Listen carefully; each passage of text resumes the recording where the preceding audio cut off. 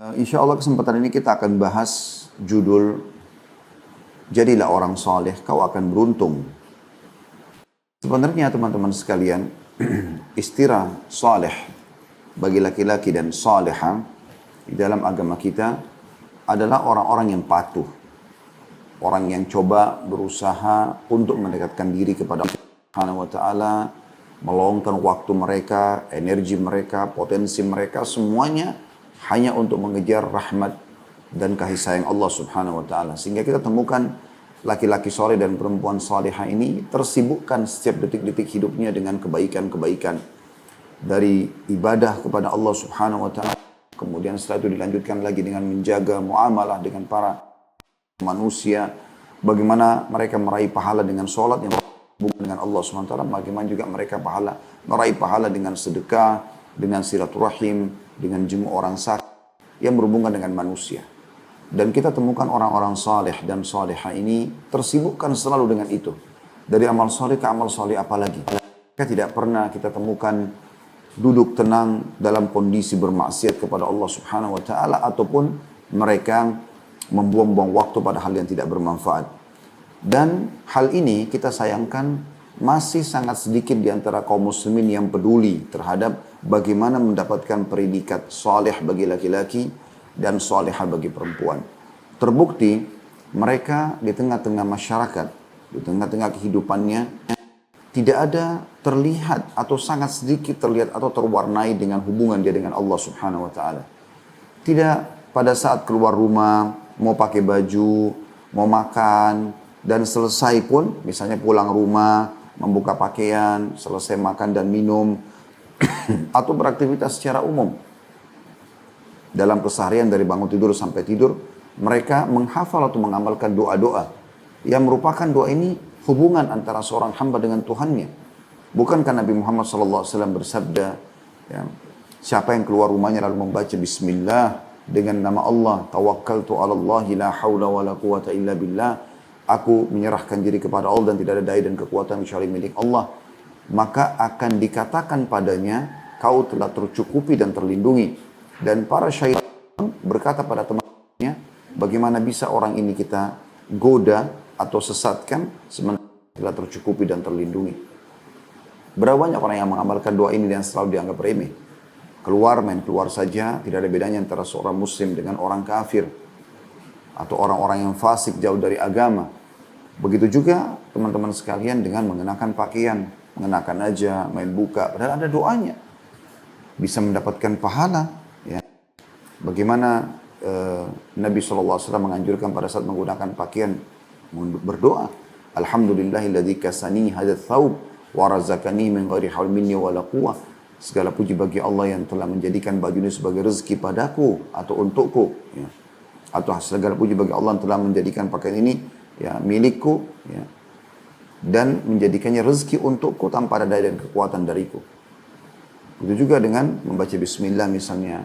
Dengan kata-kata ini saja, doa-doa ini, zikir ini kita sudah mendapatkan pahala dan sudah mendapatkan tentu perhatian khusus dari Allah Subhanahu wa Ta'ala, karena Nabi SAW mengatakan dalam hadis qudsi riwayat Bukhari, hadis qudsi Allah berfirman, wa ana ma'ahu idza dzakarani, dan aku akan selalu bersama hambaku kalau dia selalu mengingatku.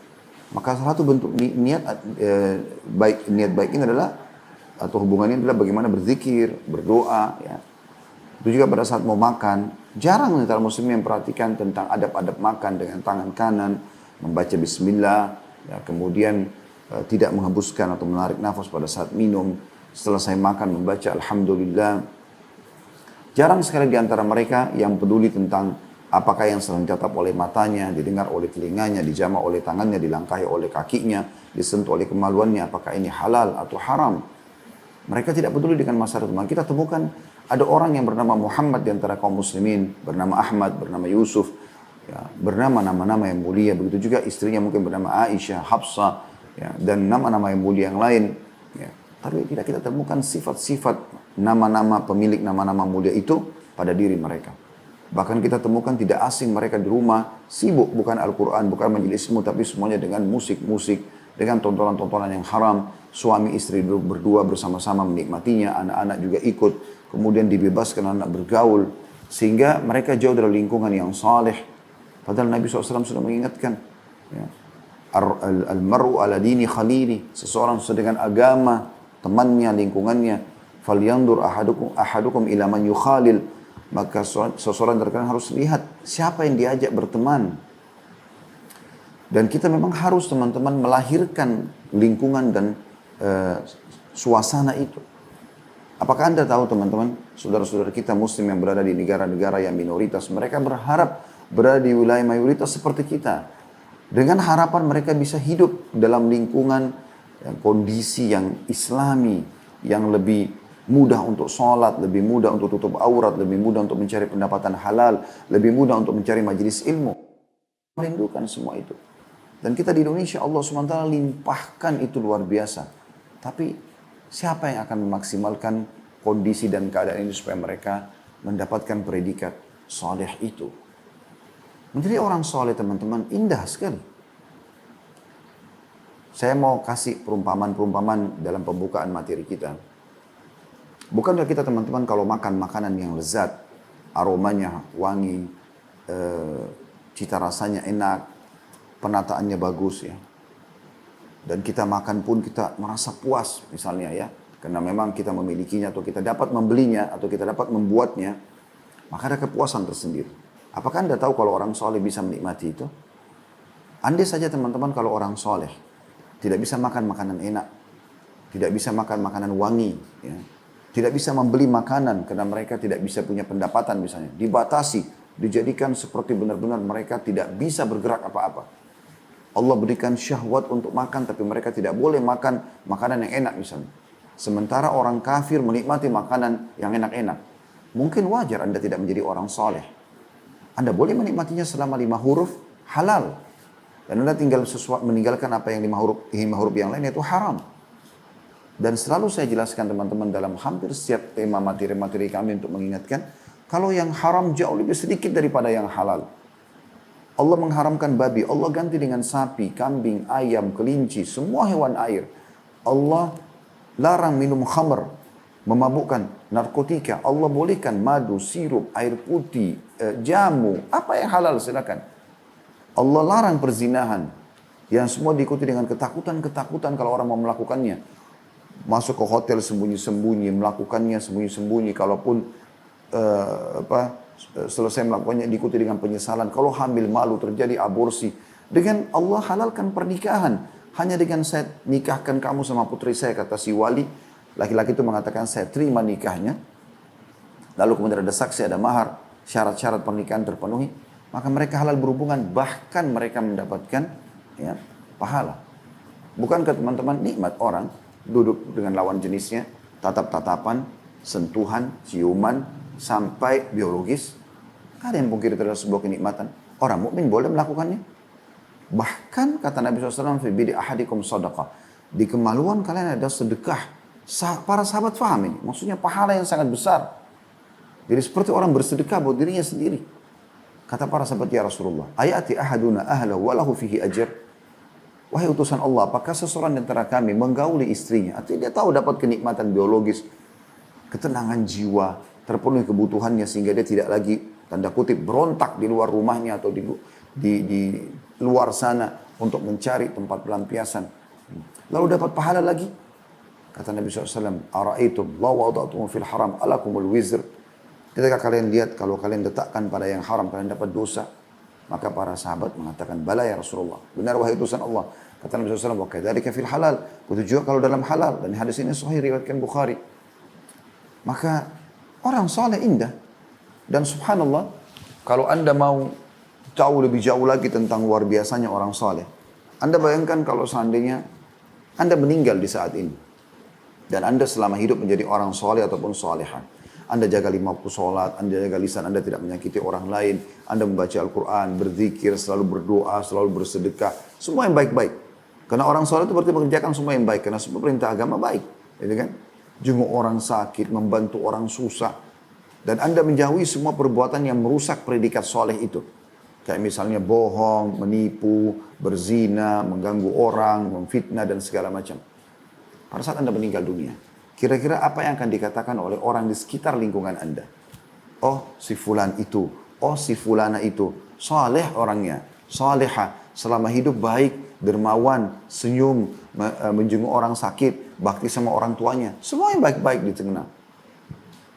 Dan kalau orang fasik, orang jauh dari agama, lawan daripada saleh, ya, maka mereka melakukan kebanyakan buruk. Pada saat mereka meninggal, apa yang orang akan katakan? Oh si fulan itu, oh si fulana syukur dia meninggal dunia. Karena selama hidup selalu menggunjing, selalu memfitnah, selalu menyakiti, selalu mencuri, selalu ini dan itu. Maka setelah contoh rasional ini teman-teman, pertanyaan sederhana, apa yang membuat Anda tidak mau menjadi orang soleh dan soleha? Terlebih lagi akan kita bahas insya Allah teman-teman sekalian bagaimana janji-janji Allah subhanahu wa ta'ala terhadap orang yang menjadi orang yang saleh. Mengejar predikat ini. Kita akan mulai teman-teman dengan membahas dulu firman Allah subhanahu wa ta'ala. Saya berharap teman-teman bisa membuka aplikasi Al-Quran di handphonenya. Surah Shad, surah nomor 38, ayat 28. Supaya kita lihat bagaimana Allah subhanahu wa ta'ala menjelaskan perbandingan antara orang saleh sama selain orang soleh, ya. Apa sih sebenarnya perbandingannya dalam pandangan sang pencipta Allah subhanahu wa ta'ala. Dan tentu saja kita pun akan merasa itu jawaban, ya. Allah subhanahu wa ta'ala berfirman, surah Shad sekali lagi, surah nomor 38 ayat 28 yang berbunyi, A'udzu billahi minasyaitonir rajim, am naj'alul ladzina amanu wa 'amilus solihati kal mufsidina fil ard am naj'alul muttaqina kal fujjar. Maknanya, bagaimana bisa kami menjadikan orang-orang yang beriman dan beramal saleh tiap hari kerjanya mematuhi perintah Allah subhanahu wa ta'ala, menikmati yang halal, mengerjakan perintah dan meninggalkan yang haram. Makruh pun ditinggalkan. Selama memang Allah tidak sukai ditinggalkan. Apakah akan sama kami jadikan kehidupan mereka dengan orang-orang yang membuat kerusakan di muka bumi? Dan bagaimana bisa kami jadikan orang yang bertakwa, patuh dengan orang yang fujar, orang yang jauh dari agama? Tidak akan pernah sama teman-teman sekalian. Ketentraman jiwa yang dirasakan oleh orang beriman sulit untuk digambarkan. Mereka di rumah tentram, mereka di jalanan tentram, di tempat kerja mereka tentram. Tidak ada sesuatu yang mereka khawatirkan karena mereka selalu jujur, mereka amanah. Orang-orang yang ketakutan siapa? Orang yang selalu berbuat kefasikan, dusta, manipulasi data, ya, menyakiti orang, banyak musuhnya. Kalau orang soleh, apa yang harus dikhawatirkan? Ketentraman jiwa yang luar biasa bisa dirasakan. Tidak ada beban hidup. Dalam kondisi mereka nikmat melimpah, mereka bersyukur kepada Allah subhanahu wa ta'ala. Dan ini kata kunci bagaimana nikmat itu bisa bertahan. Dalam kondisi mereka diuji oleh Allah subhanahu wa ta'ala, mereka bersabar. Karena bagi orang soleh, mereka sangat tahu kedudukan syukur pada nikmat yang sedang melimpah agar bertambah, itu sederajat, sama, seimbang kalau ada timbangannya, dengan sabar pada saat cobaan datang. Kita akan temukan mereka sangat mudah untuk melalui permasalahan-permasalahan hidup mereka. Dari cobaan-cobaan yang sudah Allah berikan. Cobaan agar rajin beribadah, karena untuk bangun sholat malam, untuk baca Quran, untuk duduk dalam majelis ilmu, untuk melakukan, untuk sedekah, untuk haji dan umroh, dan semua kegiatan ibadah yang harus dikerjakan butuh kesabaran. Butuh pengorbanan waktu. Begitu juga dengan pada saat meninggalkan maksiat, ada godaan-godaan untuk berdosa, untuk berzina, untuk berbohong, untuk manipulasi data, untuk segala macam. Mereka tinggalkan. Dan mereka dengan sangat mudah meninggalkan. Dan itu butuh kesabaran. Itu juga dengan cobaan harian, sakit, gangguan orang. Mereka lalui semuanya dengan sangat tenang. Tidak ada beban. Sampai apa kata Ibnu Taimiyah rahimahullah. Pada saat beliau di penjara, beliau mengatakan, andai saja orang-orang ini, maksudnya yang telah menzalimi beliau, mengetahui bagaimana nikmatnya keimanan dan ketentraman dalam hati kami. Maksudnya walaupun kami di penjara ataupun kami di luar penjara, sama saja ketentraman jiwa. Karena tetap sama rutinitasnya, bisa patuh kepada Allah subhanahu wa ta'ala. Itu kebahagiaan utama bagi setiap orang mukmin atau orang saleh dan salihah.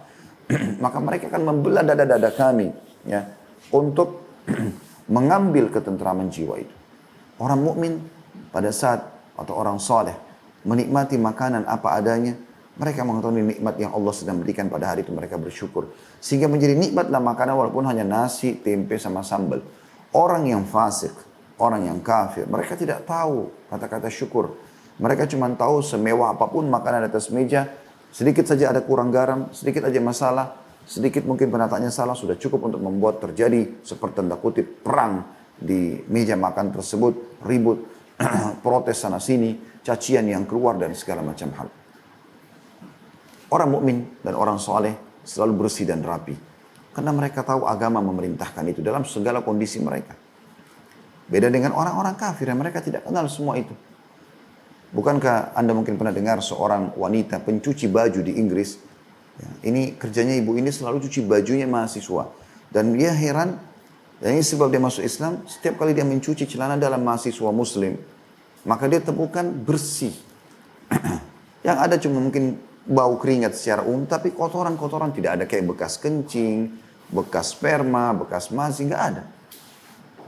Kalau celana dalam orang kafir, dia temukan luar biasa. Karena memang mereka pada saat kencing, maaf tidak tahu cebok. Kita sudah tahu mereka paling menggunakan tisu pun kalau mereka lagi mau, kalau enggak ya tidak. Buang air besar juga seperti itu. Semoga Allah muliakan kita. Mereka tidak jaga kebersihan tersebut.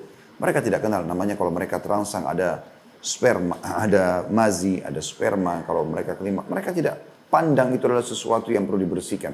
Dalam Islam wajib. Bagaimana Islam datang mengajarkan kita untuk selalu bersih. Bersiwak pada saat mau wudu. Kita bersiwak pada saat mau sholat. Dan kalau orang-orang non-muslim sikat gigi teman-teman sehari 2 kali, 3 kali. Kita dalam Islam puluhan kali disuruh. Kata Nabi SAW, kalau aku tidak beratkan umatku akan suruh mereka bersiwak setiap kali mau wudu. Berapa kali anda wudu sehari? Kalau 5 waktu sholat saja berarti sudah 5 kali. Belum sholat sunnah. Begitu juga dengan kata Nabi SAW, kalau aku tidak beratkan umatku aku akan perintahkan mereka untuk bersiwak setiap kali mau sholat. Berapa kali anda sholat sehari semalam?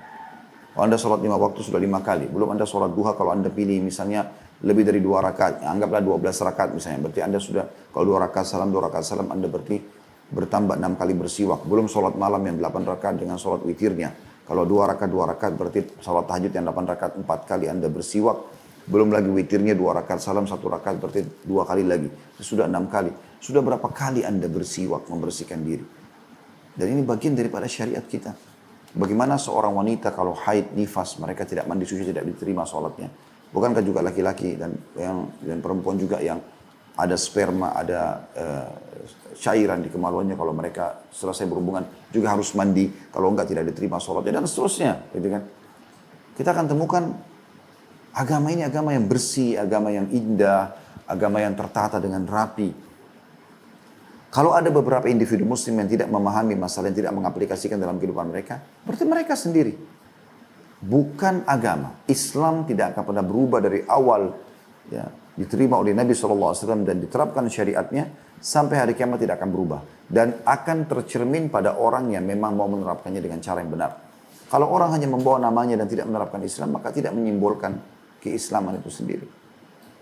Orang yang bertakwa, orang yang soleh ini indah kehidupannya teman-teman sekalian.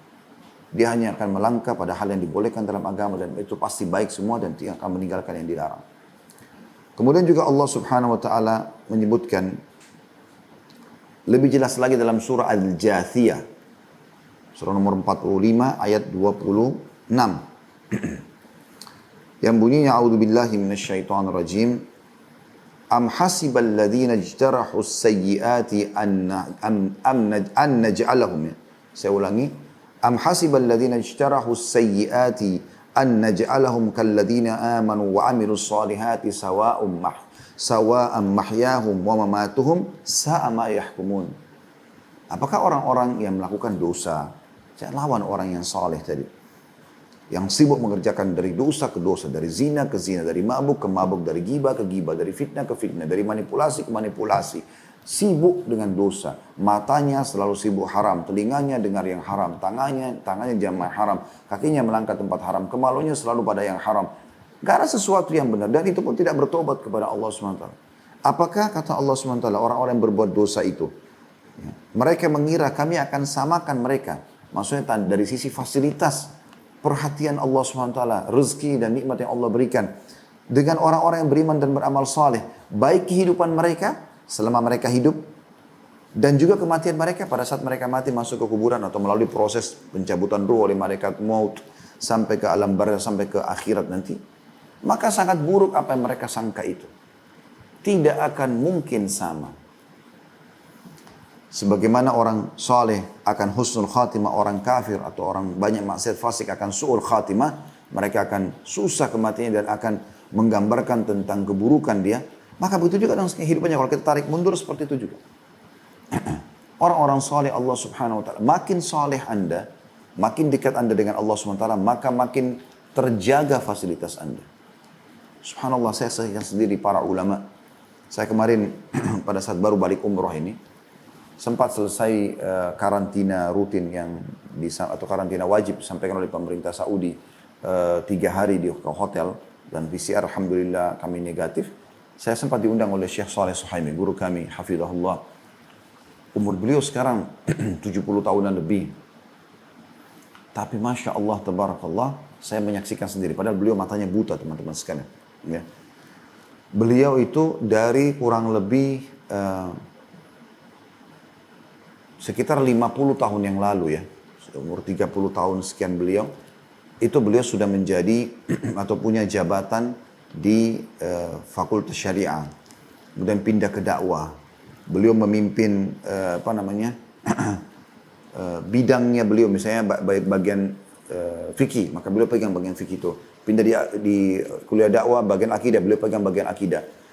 Terus saja jabatan demi jabatan beliau lalui sampai setahu saya kurang lebih 5 tahun yang lalu, beliau sempat membahasakan ke saya dan beliau sempat sudah taqa'ud, artinya sudah pensiun dari kampus ya.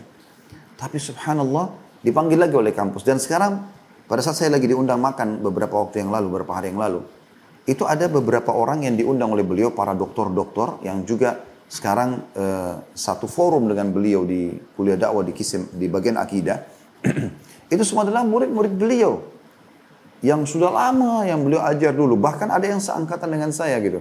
Saya ajak ngobrol, ternyata teman-teman yang para dokter-dokter ini adalah seangkatan dengan kami. Dan jauh di bawah Syekh Saleh. Tapi sekarang seperti temannya beliau. Beliau bergaul seperti temannya. Bagaimana si fulan, bagaimana di forum kita ada begini, ada bahasan tentang ini. Saya mendengarkan diskusi mereka dengan umur beliau yang sudah jauh lebih tua. Mungkin ada orang-orang yang umur seperti beliau, di atas 70-an mungkin sudah lebih banyak yang mungkin ke arah lumpuh, susah jalan, mungkin ada penyakit ini, penyakit itu. Tapi dia Masya Allah, tabarakallah, dalam kondisi buta mata. Beliau tetap aktif di kampus sekarang dan seperti berjiwa muda, jalan sendiri walaupun buta, seperti bukan orang buta, subhanallah. Jarang sekali beliau dipandu jalan. Kadang-kadang saya sampaikan ke beliau, Syekh, saya mau pegang untuk saya dapat pahala, baru beliau berikan. Kalau tidak, beliau jalan kadang-kadang. Saya pernah lihat sendiri, ada sebelum pindah ke rumah sekarang, rumah beliau 4 lantai, itu beliau turun dari lantai 4 sendirian, tidak pakai lift, jalan kaki, pakai tangga, dengan sangat cepatnya seperti anak-anak muda di antara kita kalau lagi jalan dengan cepat buru-buru turun karena mau menemui kami. Kemudian subhanallah, anak-anaknya kumpul semuanya pada saat itu, dengan cucunya, sekian banyak, belasan orang, anaknya, cucunya mungkin sudah sekian banyak juga, saya tidak tahu kalau jumlahnya, duduk ngobrol, makan sama-sama, ngobrol dengan subhanallah, seperti saya melihat wajah beliau yang buta matanya dengan menggunakan kacamata hitam, dengan sehatnya, dengan lantangnya beliau menyampaikan tentang penjelasan hukum-hukum agama ke majelis kami pada saat kami diundang makan. Kalau ada yang bertanya dijawab, kemudian menanyakan tentang teman-temannya di kampus dan seterusnya lah. Ya. Belum lagi beliau berpoligami dengan 4 orang istri, anaknya sekian banyak, ada supir, ada usaha yang sedang berkembang dijalankan oleh anak-anaknya, dan beliau terlibat dengan ide-ide dengan segala macam. Masya Allah, tabarakallah. Saya lihat depan mata, ini pasti fakta tentang masalah orang soleh. Bagaimana para ulama yang lain, saya pernah melihat sendiri beberapa ulama, seperti yang kami bedah bukunya Syekh Abu Bakar Jazair rahimahullah, beliau sudah meninggal beberapa tahun yang lalu. Puluhan tahun mengajar di Masjid Nabawi. Kalau kita lihat dari dekat, beliau itu terakhir waktu saya sempat ikuti majelis beliau, sudah pakai kursi roda, dan jenggotnya sudah putih semuanya. Tapi kalau kita lihat dari jauh, kita cuma dengar suaranya, teman-teman. Mungkin lebih lantang dari suara kita semuanya. Suaranya jelas, penjelasannya juga jelas, gitu kan. Dalil-dalil masih disebutkan dengan jelas. Tidak ada sesuatu yang subhanallah menandakan seperti mereka ini orang-orang pikun. Sekarang masih hidup Syekh Abdul Muhsin Abbad, hafizahullah. Subhanallah, sampai anaknya sendiri, Profesor Dr. Abdul Razak Al-Abbad, hafizahumullah, itu menjadi ulama besar di Madinah, menjadi seorang profesor, dan mengajar di Masjid Nabawi bersama ayahnya. beliau masih mengajar, beliau masih sehat, beliau menyampaikan banyak ilmu-ilmu syar'i ya. Walaupun beliau sempat masuk rumah sakit, tapi sudah ada berita alhamdulillah beliau membaik. Umur jauh lebih tua lagi dari Syekh Shalih Suhaimi, sampai Syekh Shalih sering mengatakan Syekh kami Syekh Abdul Muhsin Abbad. Luar biasa gitu. Allah SWT berikan kelebihan-kelebihan.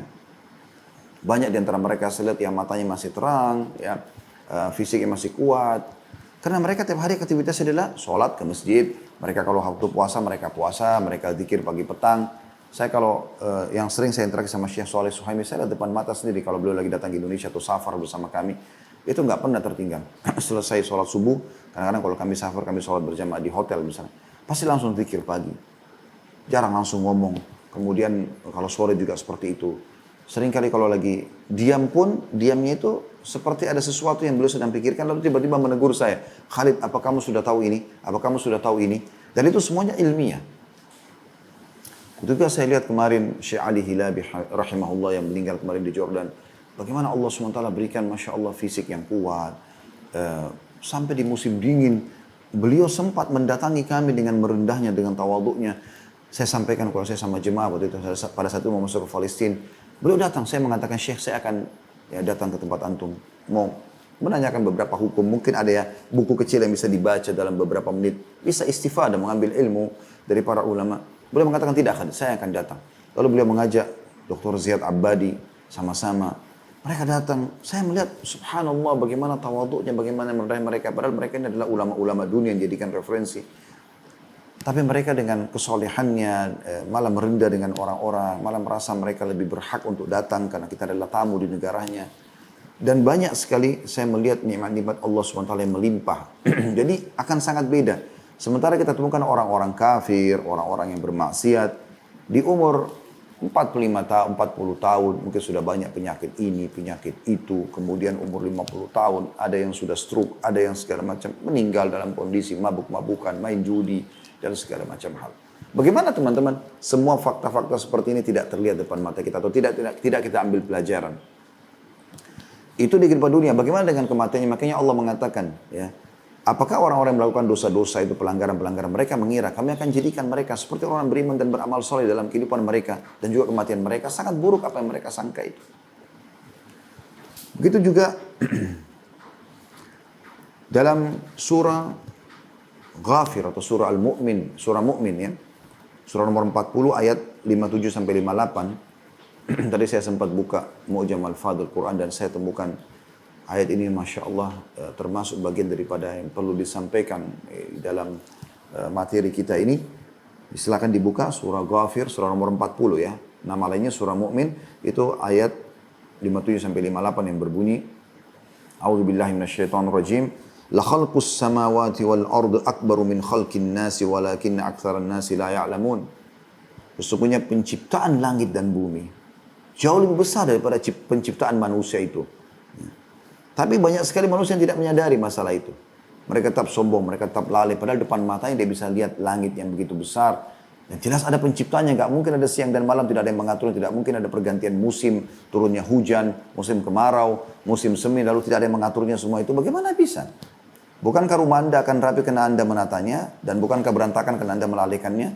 Bagaimana alam semesta depan mata tidak disaksikan oleh orang-orang dan tidak menyadari kalau ada penciptanya yang akhirnya membawa kita kepada kepatuhan dan bagaimana kita menjadi orang yang patuh dan melaksanakan perintah sang pencipta Allah. Lalu Allah mengatakan, "Wa ma yastawil a'ma wal basir."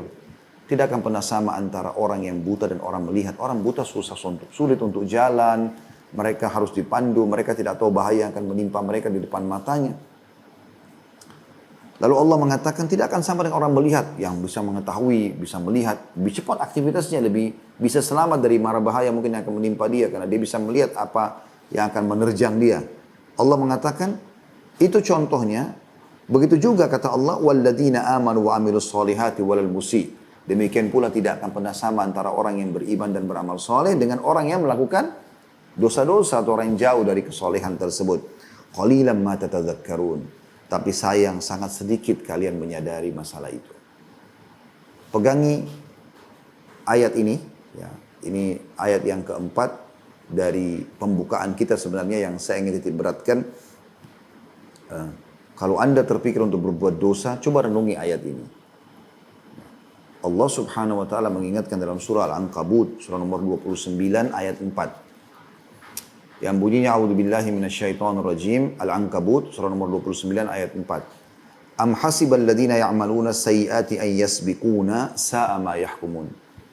Apakah orang-orang yang melakukan dosa itu mengira mereka akan luput dari hukuman kami? Sungguh sangat buruk apa yang mereka sangka itu. Jadi banyak orang subhanallah berpikir, nggak masalah, buat dosa saja, toh nggak apa-apa. Ya. Terus aja dengan pelanggaran-pelanggaran agamanya. Dia pikir tidak akan kena hukuman. Mustahil teman-teman. Tidak akan pernah ada orang berbuat dosa luput dari hukuman Allah subhanahu wa ta'ala. Tidak mungkin itu. Ya. Ada seorang da'i, saya mendapatkan cuma cuplikan ceramahnya, tapi saya mengambil pelajaran. Dia bilang, dia ketemu langsung dengan orang yang sedang menghadapi permasalahan itu. Bagaimana Allah Azza wa Jal cemburu dengan orang yang melakukan dosa-dosa ini. Tentu kalau dia tidak bertobat ya, harusnya dia bertobat tentunya. Tapi kalau dia tidak bertobat, Allah SWT akan menghukumnya. Dikatakan bahwasanya ada seorang anak muda yang menceritakan kepada da'i ini dan kemudian hadir majelisnya dan akhirnya dijadikan sebagai bahan ceramah. Dia bilang dulu waktu dia masih muda, dia sempat kenalan dengan seorang wanita.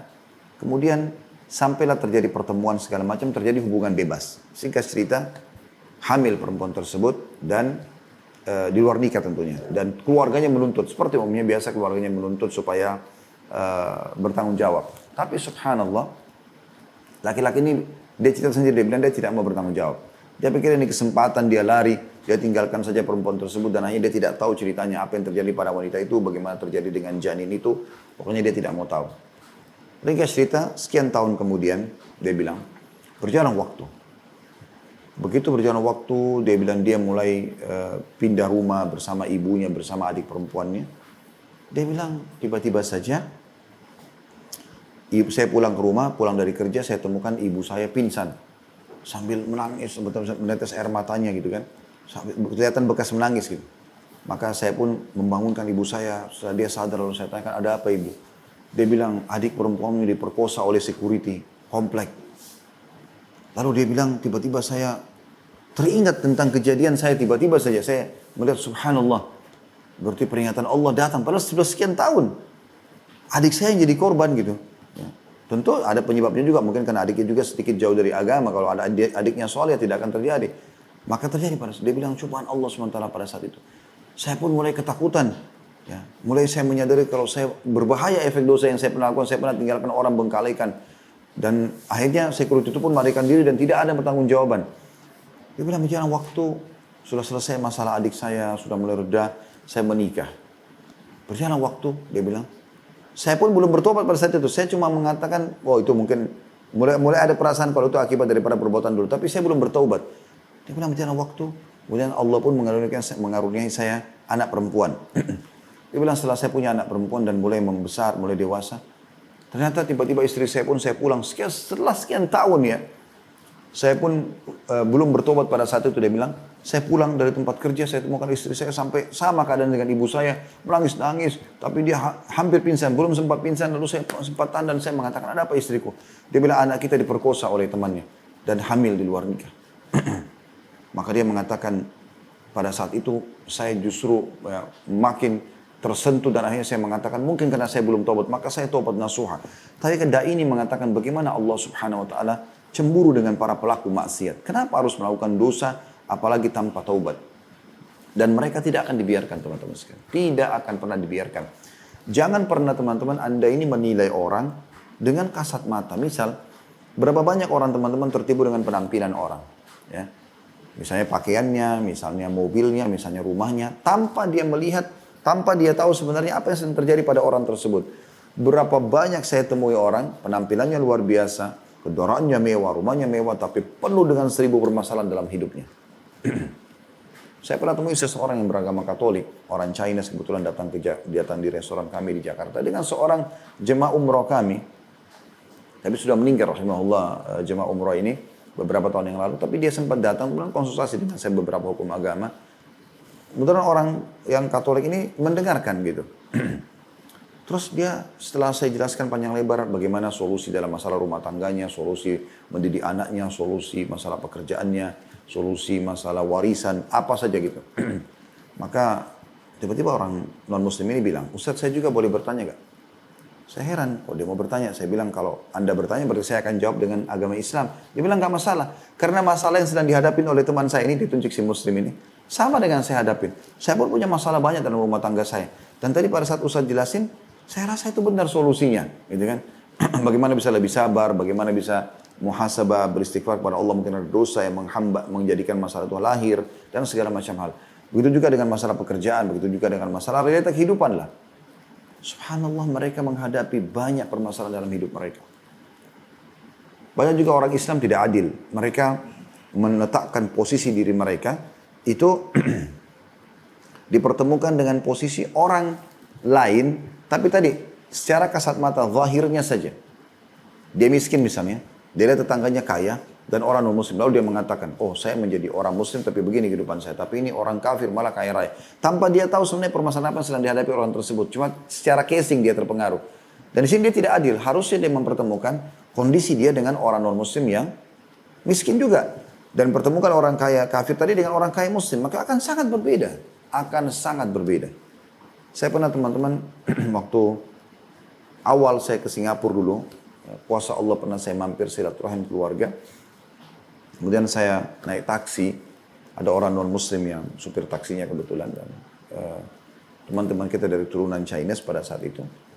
Kemudian saya sewa mobilnya, saya ingin keliling, ingin tahu kondisi Singapura. Katanya orang bilang 1 jam keliling sudah mengelilingi negeri itu gitu.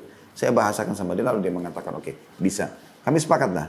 Subhanallah, saya ingat betul sepanjang jalan teman-teman dia berbicara tentang keluh kesah hidupnya. Susahnya kehidupan, ya ribut dengan istrinya, anak-anaknya ada yang nakal, ada yang sakit, pajak yang harus dibayar banyak kepada pemerintah, A, B, C, segala macam permasalahan. Saya lihat harusnya orang muslim tahu ini, gitu loh. Bagaimana kehidupan mereka sebenarnya tidak seperti yang banyak digambarkan oleh sebagian orang-orang muslim, seakan-akan kalau orang kafir itu selalu bahagia, selalu tentram, selalu indah itu. Padahal sebenarnya tidak seperti itu teman-teman sekalian. Tidak mungkin firman Allah SWT ini salah ataupun luput. Ya. Kalau ada kebaikan-kebaikan Anda lihat dari orang-orang kafir, misalnya Allah limpahkan rezeki kepada mereka, karena ada kebaikan yang dalam syariat Allah itu dianggap kebaikan. Misalnya bakti sama orang tua, bersedekah, ya, menjenguk orang sakit. Ini kan semua dalam syariat Allah SWT baik. Cuma karena mereka kafir, mereka tidak dicatatkan sebagai pahala di buku amalnya akan menyelamatkan atau mendidikan derajat mereka di surga. Tapi Allah habiskan itu di dunia dengan Allah balas. Kebaikan itu akan Allah balas dengan kebaikan. Sebagaimana dijelaskan oleh Imam Qurtubi rahimahullah. Baik teman-teman sekalian. Kita coba lebih dalam masuk dan kita kerucutkan ke poin-poin yang akan saya sampaikan. Yaitu apa yang didapatkan kalau seseorang itu menjadi orang yang soleh dan solehah. Dan Anda dalam Islam punya hak untuk bertanya. Saya kalau sholat malam, saya diberi apa sama Allah? Saya kalau bersedekah, saya dapat apa? Saya dibalas apa? Saya kalau haji dan umroh, saya kalau bakti sama orang tua, saya kalau baca Quran, saya kalau berzikir, saya kalau berdoa. Boleh Anda tanya. Karena memang Allah Subhanahu wa ta'ala menjanjikan semua itu.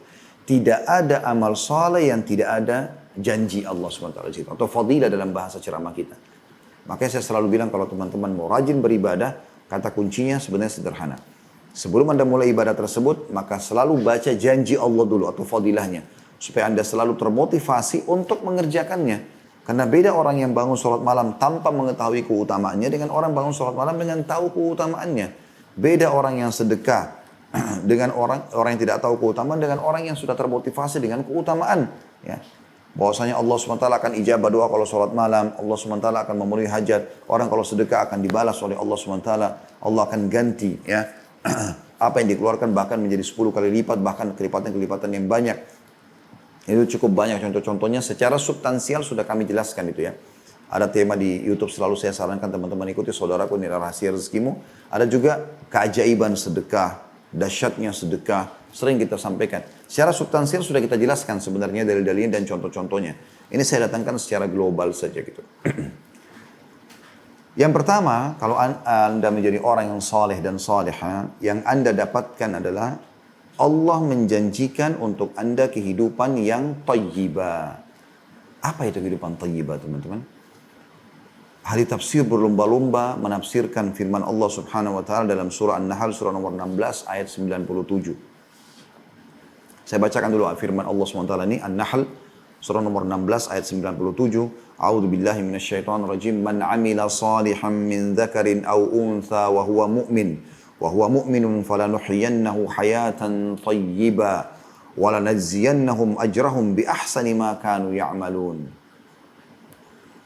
Dan orang-orang yang beramal saleh dari laki-laki dan perempuan, predikat soleh dan soleha. Dan dia beriman, ini syaratnya, perbuatan baik harus dengan orang beriman. Karena orang kafir kalau berbuat baik, yang tadi saya kasih contoh dalam syariat Allah baik, kayak jenguk orang sakit, bakti sama orang tua, Allah habiskan semua dengan memenuhi rezeki dia di dunia.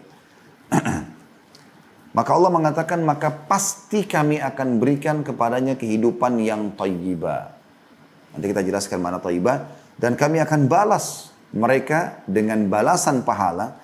Di dunia mereka dikasih kehidupan yang thayyibah, dan di akhirat mereka akan diberikan balasan pahala lebih baik dari apa yang mereka lakukan. Jadi mungkin hanya dengan 2 rakaat sholat duha, Allah kasih mungkin dia sekian derajat di surga. Ya.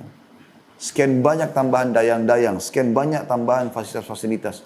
Bahkan kadang-kadang subhanallah dengan ibadah yang sederhana, mengucapkan subhanallahi wa bihamdih, Allah akan tanamkan baginya pohon kurma di surga. Berapa banyak kita bisa lakukan ini gitu kan. Dan kita bisa dapatkan. Dengan membaca Qul huwallahu ahad 10 kali dalam sehari, dalam hadis sahih dikatakan Allah akan bangunkan baginya istana di surga. Tidak ada sesuatu yang sulit. Bisa kita dapatkan semua itu. Ya.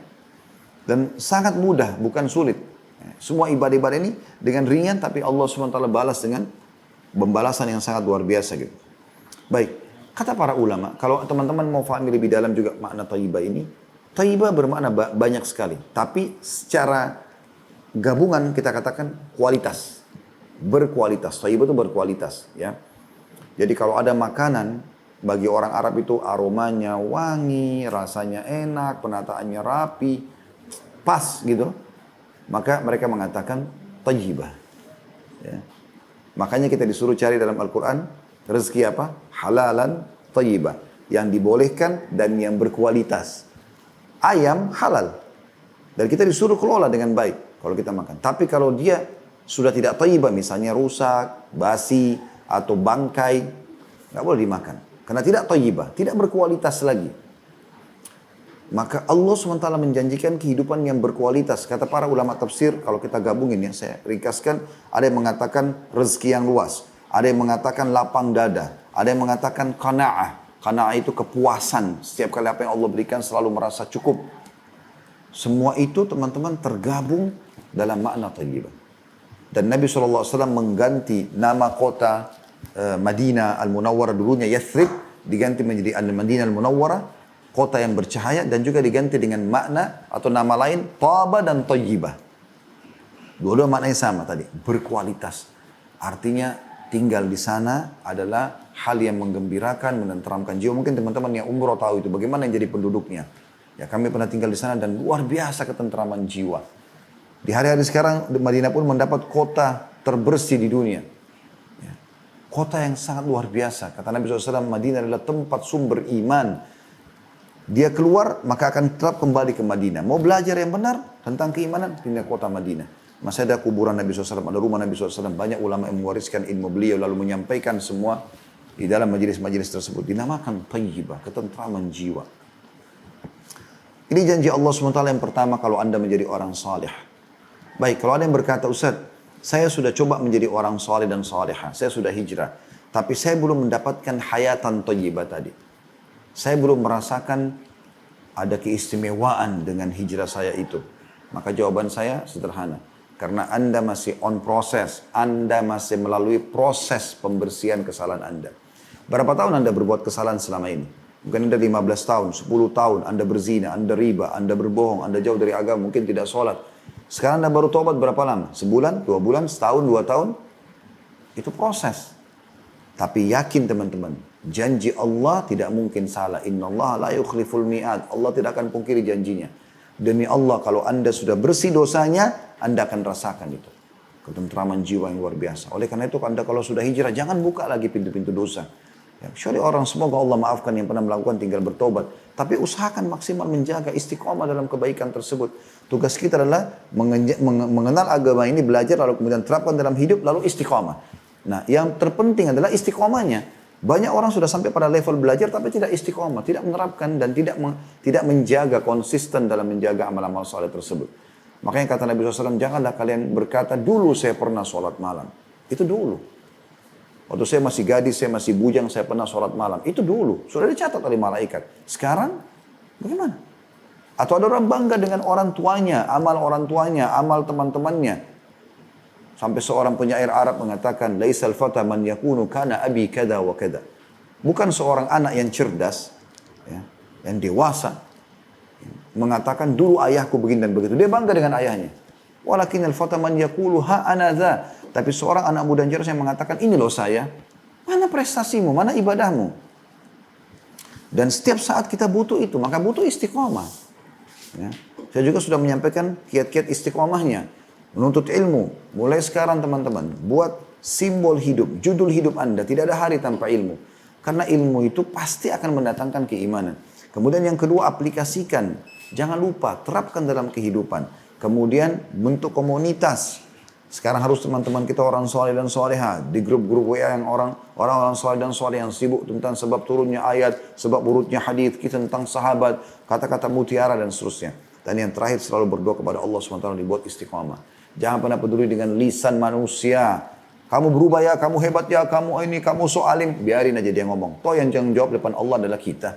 Gak usah peduli dengan itu. Kenapa harus terpengaruh dengan perkataan orang? Kemudian yang kedua teman-teman sekalian adalah mereka akan diberikan petunjuk, hidayah. Setiap kali mau buat apa-apa, Allah berikan petunjuk kepada mereka. Allah pandu. Dan subhanallah hal ini teman-teman kalau Anda peka, sampai pada tingkat hal-hal kecil pun Allah pandu. Jadi kadang-kadang hal yang kecil pun seperti Allah sudah aturkan porsinya, waktunya.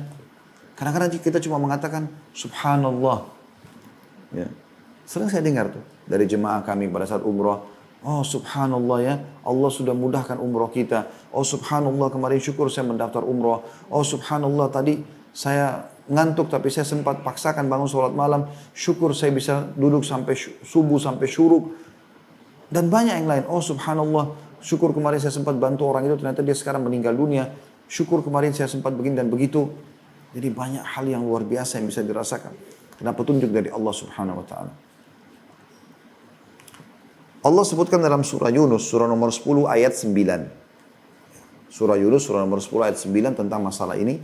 A'udhu billahi minasyaitonir rajim. Innal ladhina amanu wa amilus salihati yahdihim rabbuhum biimanihim tajri min tahtihimul anharu fi jannatin na'im. Yang artinya, sesungguhnya orang-orang yang beriman dan beramal soleh, Allah akan berikan petunjuk atau mereka akan dapat petunjuk dari Tuhan mereka karena keimanan mereka itu. Allah akan berikan mereka petunjuk. Jadi Allah bangunkan diri di waktu malam, terbangun untuk sholat malam. Ada keinginan besar untuk membaca Al-Quran, untuk mengkhatamnya. Ada keinginan besar untuk mendengarkan ilmu, ada keinginan besar untuk bersedekah, untuk bakti sama orang tua, untuk segala macam. Ya.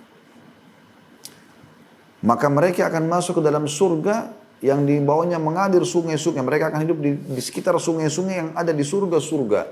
An-Na'im, yang penuh dengan nikmat yang besar.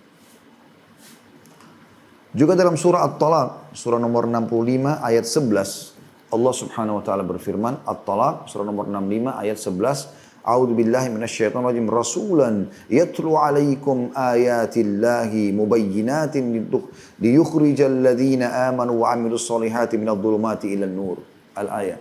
Rasul-rasul yang kami utus di antara Nabi Muhammad SAW yang membawa ayat-ayat Allah yang sangat jelas agar mengeluarkan orang yang beriman dan beramal saleh dari kegelapan kepada cahaya yang terang. Saya subhanallah merasakan sekali pada saat sudah belajar di kota Rasulullah SAW dan saya bersyukur bisa belajar tauhid, menyadari masalah itu. Bagaimana dulu mungkin masih belum ada gambaran.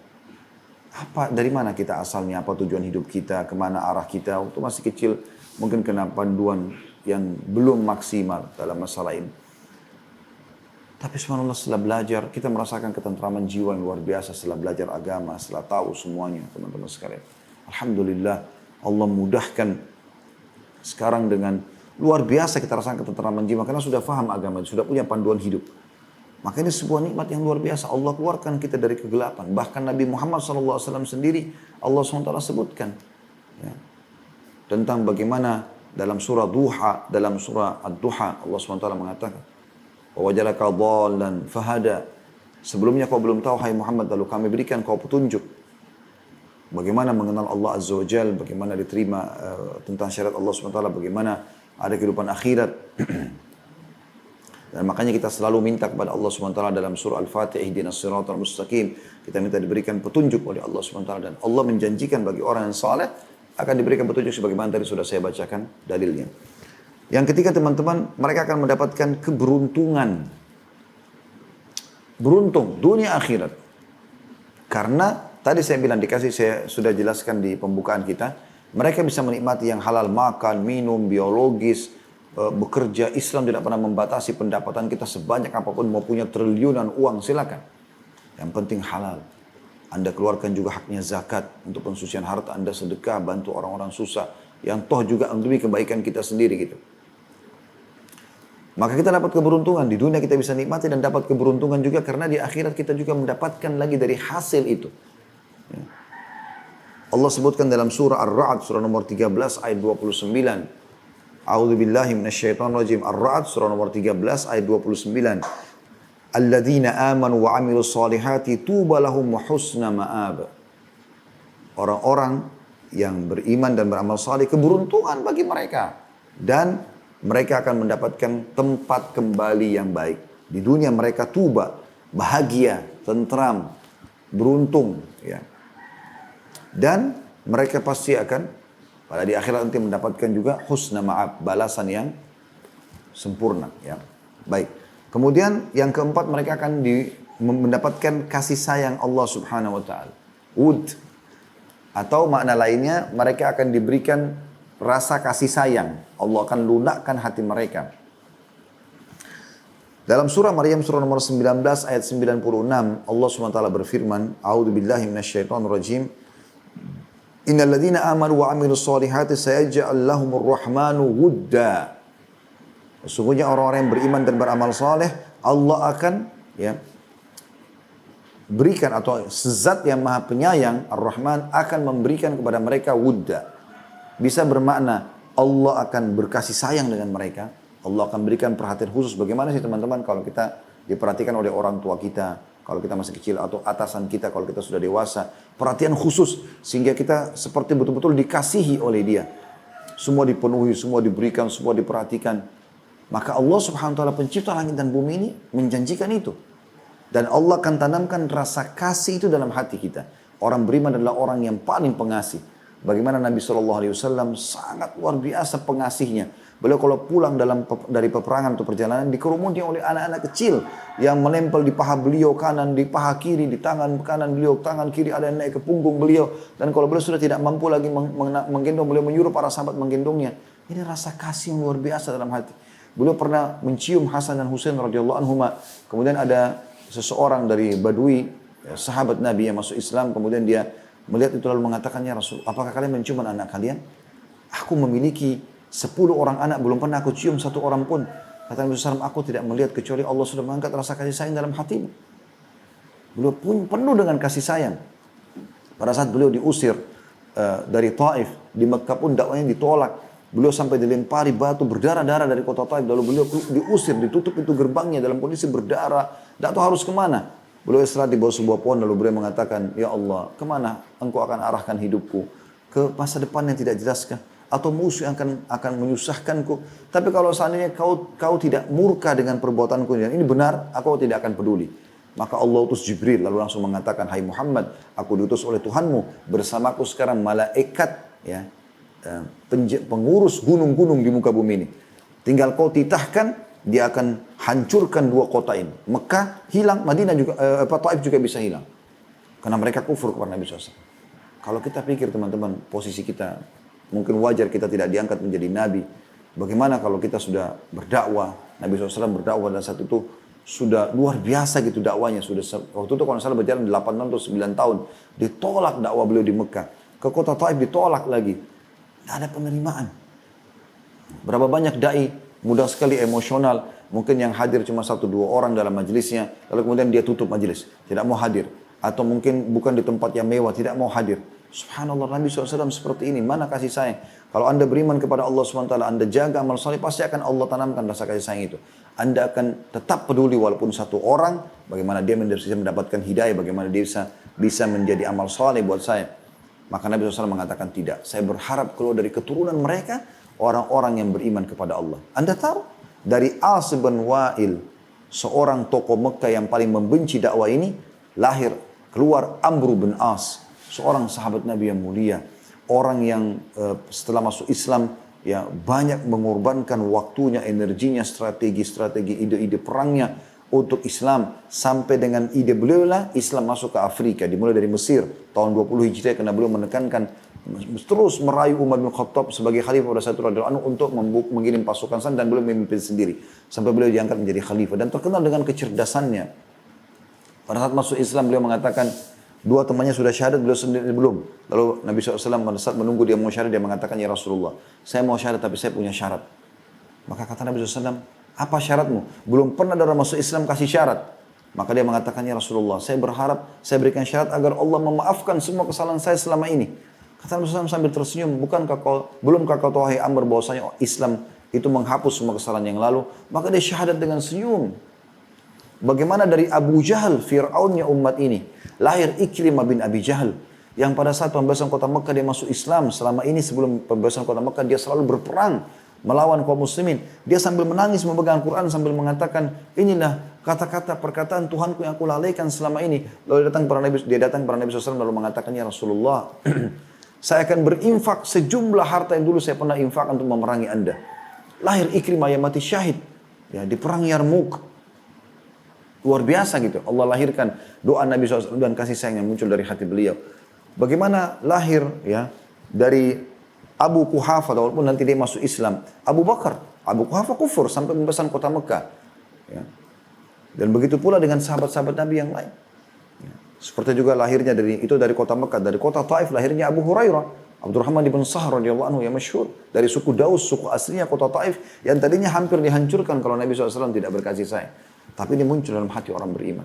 Hati orang beriman sangat lunak, mudah merasa prihatin dan sedih pada saat melihat ada seseorang yang lapar, seseorang yang haus, seseorang yang susah.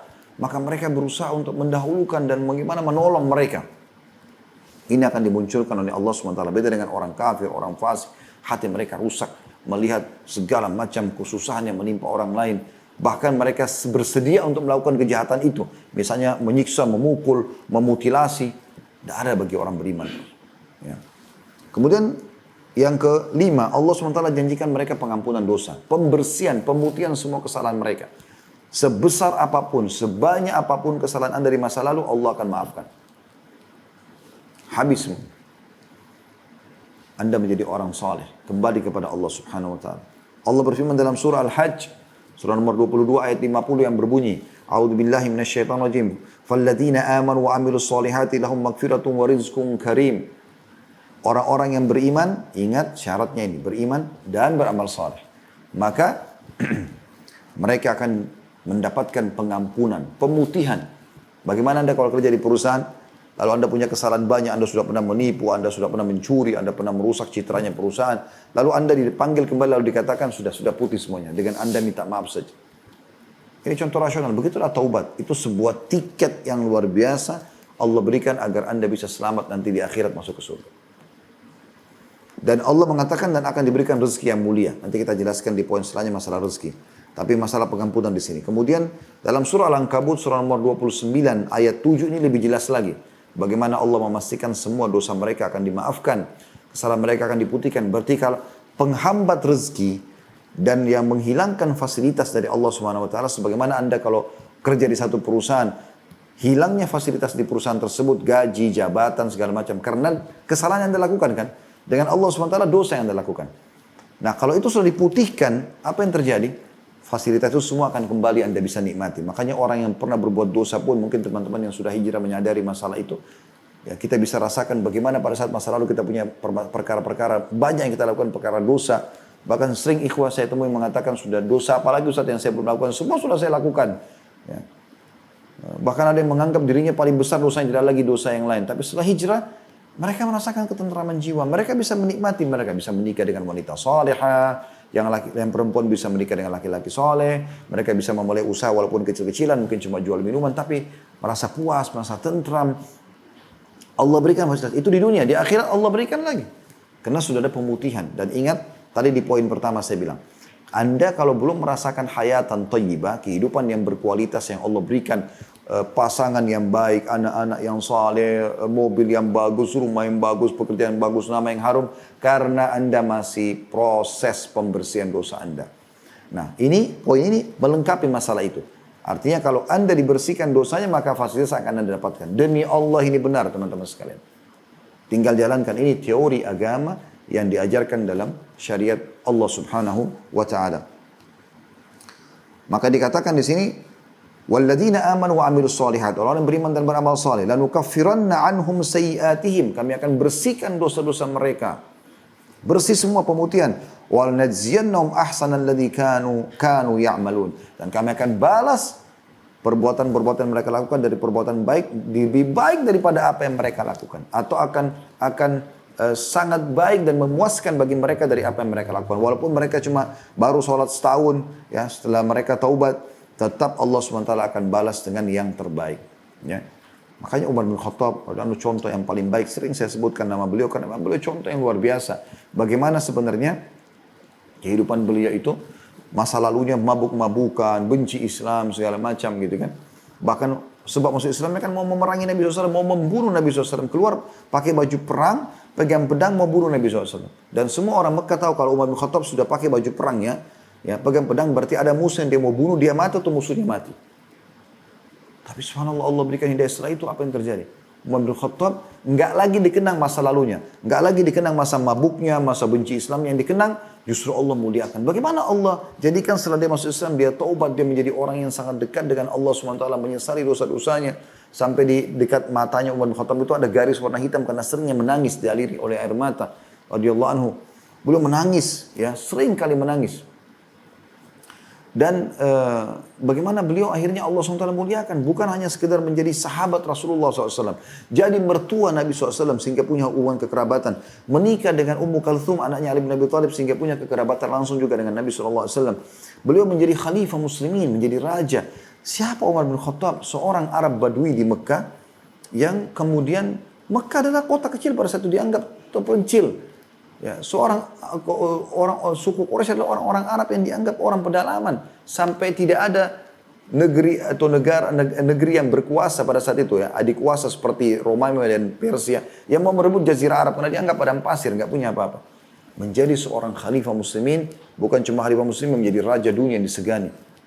Ya, bagaimana Allah muliakan radhiyallahu anhu. Dan banyak sekali contoh masalah ini. Yang keenam teman-teman sekalian adalah Allah akan berikan kedudukan di muka bumi. Tepatnya sebenarnya sih bisa juga bermakna pemerintahan, kekuasaan. Ya, kalau yang paling tinggi adalah pemerintahan, mungkin menjadi seorang raja, seorang khalifah, seorang presiden. Allahu a'lam, bisa bermakna itu. Bisa juga bermakna kedudukan, dalam arti kata Allah akan berikan kedudukan, mungkin dia punya perusahaan, dia punya kedudukan, dia punya nama baik. Allah sebutkan itu dalam surah An-Nur, surah nomor 24 ayat 55 sampai 57. A'udzu billahi minasyaitonir rajim. Sebenarnya saksi bahasanya di ayat 55, tapi saya lanjutkan sampai ayat 57 ya. A'udzu billahi minasyaitonir rajim. Wa'adallahu alladziina aamanu minkum wa 'amilus shalihati la yastakhlifannahum. Saya ulangi. Wa'adallahu alladziina aamanu minkum wa 'amilus shalihati la yastakhlifannahum fil ardi kama istakhlafa alladziina min qablihim. وَلَا يُمَكِّنَنَّ لَهُمْ دِينَهُمُ الَّذِي ارْتَضَى لَهُمْ وَلَا يُبَدِّلَنَّهُمْ مِنْ بَعْدِ خَوْفِهِمْ أَمْنًا يَعْبُدُونَنِي لَا يُشْرِكُونَ بِي شَيْئًا وَمَنْ كَفَرَ بَعْدَ ذَلِكَ فَأُولَئِكَ هُمُ الْفَاسِقُونَ. Itu ayat 55-nya. Allah mengatakan, Allah menjanjikan. Siapa yang dijanji oleh Allah SWT? Orang-orang yang beriman dan beramal soleh. Ini saksi bahasan kita. Dari tadi. Amanu wa amilus shalihat. Amanu amilus shalihat. Beriman, beramal saleh. Maka kami akan memberikan kepada mereka kedudukan di muka bumi. Sebagaimana kami telah berikan kepada orang-orang sebelum mereka. Bukankah Nabi Muhammad SAW dan para sahabat tertindas di Mekah? 13 tahun Nabi SAW di Mekah tertindas. Sholat aja nggak bisa. Sampai Nabi SAW pernah sujud depan Ka'bah diinjak leher beliau oleh salah satu tokoh Quraisy. Beliau pernah sholat dituangkan kotoran unta. Tapi karena mereka adalah orang-orang soleh, Nabi SAW dan bersama sahabat yang lain, Bilal ditindas, ditaruh batu panas di dadanya. Bagaimana Khabbab bin Arad radhiyallahu anhu ditaruh besi panas di belakangnya sehingga menjadi lubang besar dua di dekat tulang punggungnya sampai ke tulang ekornya. Bagaimana yang lainnya semua disiksa, mereka tersiksa. Bagaimana sampai Sumayyah dan suaminya Yasir radhiyallahu anhu mati syahid dalam Islam, dibunuh oleh Abu Jahal. Tapi kita lihat orang-orang yang masih hidup akhirnya apa yang terjadi? Pada saat Allah Subhanahu wa taala pindahkan mereka ke Madinah, ya. Lebih kurang waktunya dari Mekah. Mekah 13 tahun. Di Madinah cuma 10 tahun saja. Nabi SAW punya kerajaan. Para sahabat punya kekayaan, punya kebun-kebun. Hampir seluruh muhajirin kaya raya. Allah SWT berikan mereka Bilal yang dulunya budak, teman-teman sekalian. Hidup sampai ikut pembebasan Persia di zaman Umar bin Khattab. Dan Persia pada saat itu diserang oleh 30.000 orang. Pasukan muslimin. Dan Bilal salah satunya. Tapi Persia, Anda tahu sekarang itu Rusia. Ya, sangat besar sekali. Masuk dalamnya juga Irak, Iran, ya, sebagian besar wilayah Afghanistan.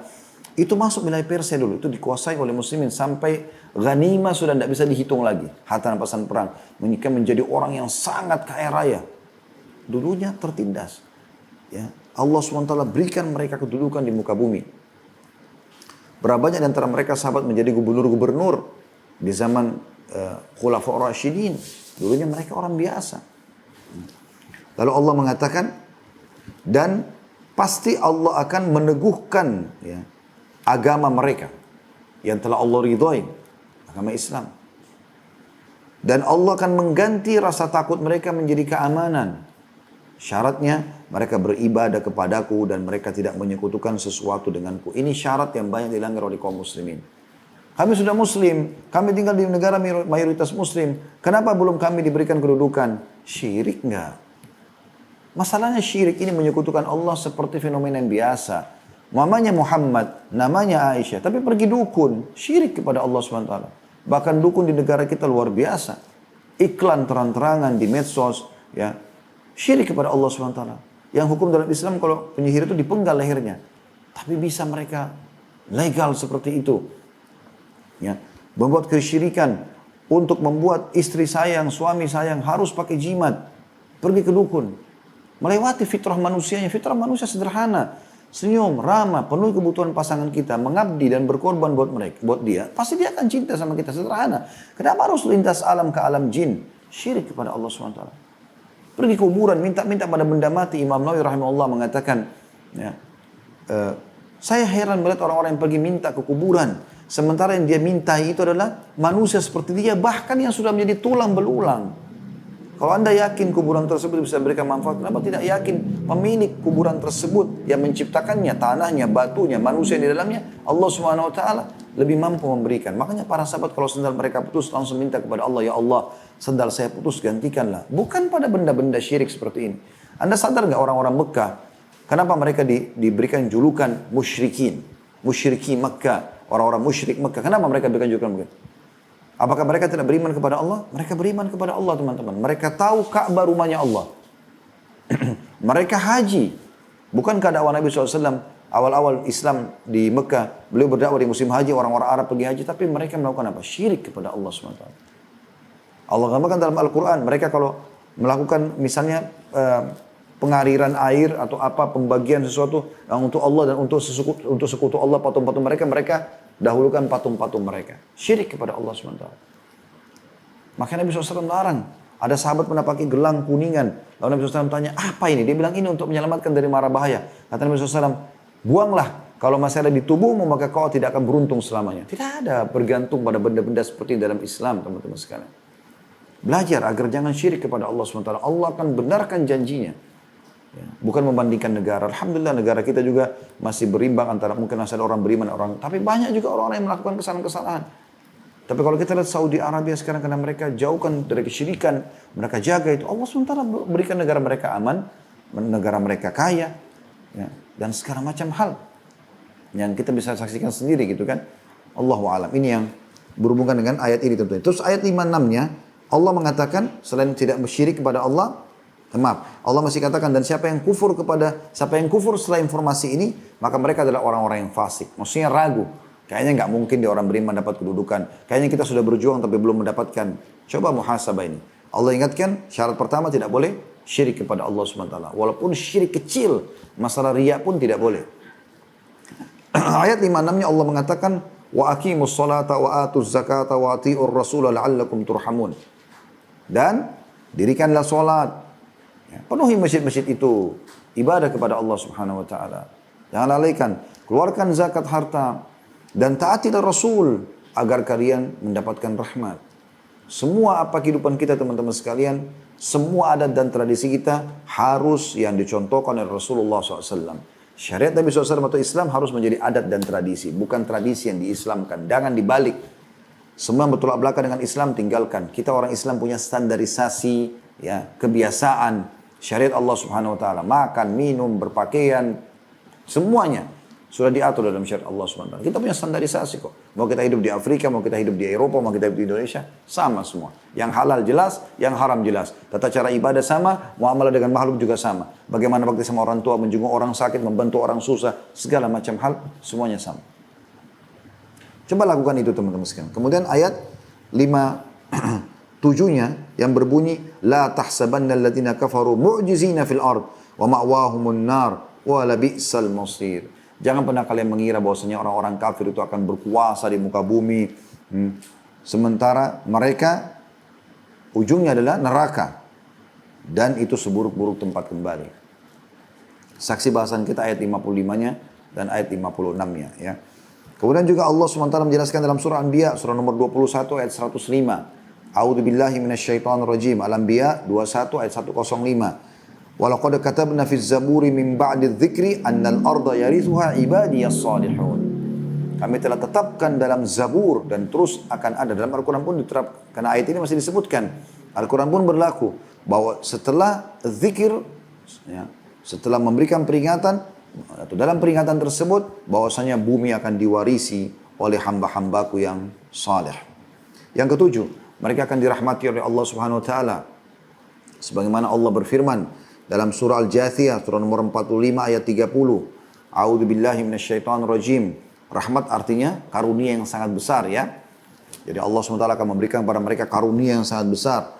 فَأَمَّا الَّذِينَ آمَنُوا وَعَمِلُوا الصَّالِحَاتِ فَيُدْخِلُهُمْ رَبُّهُمْ فِي رَحْمَتِهِ ذَلِكَ هُوَ الْفَوْزُ الْمُبِينُ. Yang artinya فَأَمَّا الَّذِينَ آمَنُوا, orang-orang yang beriman dan beramal saleh, maka Allah akan masukkan mereka di dalam rahmatnya. Jadi rahmat ini karunia. Karunia ini berarti pemberian yang sangat besar, ya. Rahmat Allah SWT. Jadi Allah akan berikan sesuatu yang di luar daripada prediksi kita. Dan itu adalah kemenangan yang sangat besar. Nah, Allah akan masukkan dalam rahmatnya. Dan Nabi SAW mengatakan, Allah SWT berfirman dalam hadis qudsi, wa rahmati qad ghalabat ghadabi. Dan rahmatku telah mengalahkan, ya, marahku atau murkaku, kata Allah SWT. Ya. Kemudian yang ke-8, saya menghemat karena waktunya menjelang asar di kota Makassar insya Allah. Mereka akan menjadi generasi terbaik manusia. Generasi yang akan terus dikenang. Ya. Kalau kita lihat generasi-generasi soleh seperti Nabi Muhammad SAW dan para sahabatnya, Nabi Musa dan para sahabat-sahabatnya, Nabi Isa dengan Hawariyunnya, dikenang. Mereka dikenang karena memang mereka adalah generasi terbaik yang soleh kepada Allah Subhanahu Wa Taala. Sebaliknya orang-orang yang buruk paling cuma dikenang keburukannya selesai dan habis ceritanya. Nggak akan dikenang lagi tentang kehidupannya, tentang pakaiannya, tentang segala macam. Tapi orang-orang soleh menjadi contoh terus, akan menjadi generasi yang jadi contoh. Ya. Disilakan dengan khairul bariyah. Allah menyebutkan dalam surah Al-Bayyinah, surah nomor 98, ayat 7 dan ayat 8. Ya. Yang bunyinya, A'udzubillahi minasyaitonir rajim, innal ladzina amanu wa 'amilus solihati ulaika hum khairul bariyah. Orang-orang yang beriman dan beramal saleh, mereka adalah sebaik-baik generasi manusia. Artinya mereka akan menjadi contoh yang baik bagi manusia. Dan itu akan menambah amal saleh mereka. Bahkan kalau ada orang pun menceritakan sesuatu yang buruk tentang mereka, padahal mereka tidak lakukan, adalah tambahan pahala buat mereka.